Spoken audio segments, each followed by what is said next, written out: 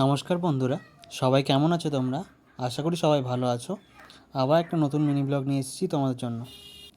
আজকে হঠাৎ করে ইচ্ছা হলো যে কিছু রান্না করে নিয়ে যায়।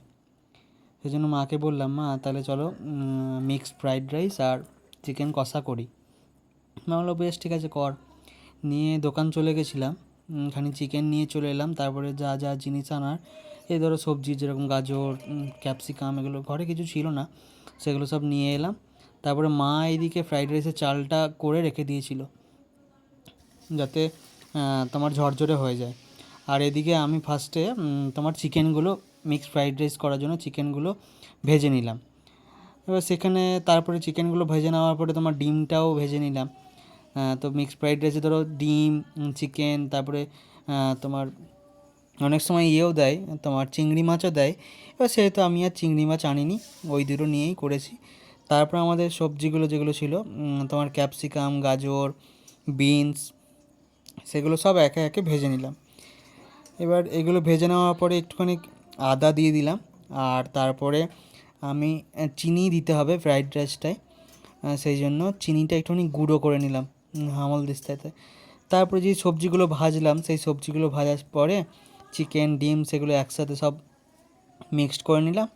তারপরে তোমার রাইসটা দিয়ে দিলাম। রাইসটা দিয়ে দেওয়ার পরে একটুখানি গরম মশলা, আর তারপরে আমাদের গুঁড়ো যেই চিনিটা ছিল সেই চিনিটা দিয়ে দিলাম। তারপরে আমাদের তোমার রেডি হয়ে গেছে ফ্রাইড রাইস। তারপরে এবার চিকেনটা তো করতে হবে, সেই জন্য চিকেন করার জন্য ফার্স্টে দিয়ে দিলাম সর্ষের তেল। তারপরে আমরা পেঁয়াজটা ভেজে নিলাম। ভেজে নেওয়ার পরে তোমার চিকেনটা মা অলরেডি ম্যারিনেট করে রেখে দিয়েছিল, তোমার সমস্ত মানে মশলাগুলো দিয়ে, যেরকম আদা, রসুন, তোমার টমেটো, যেগুলো সাধারণত লাগে সেগুলো সবটা দিয়ে মা ম্যারিনেট করে রেখে দিয়েছিল।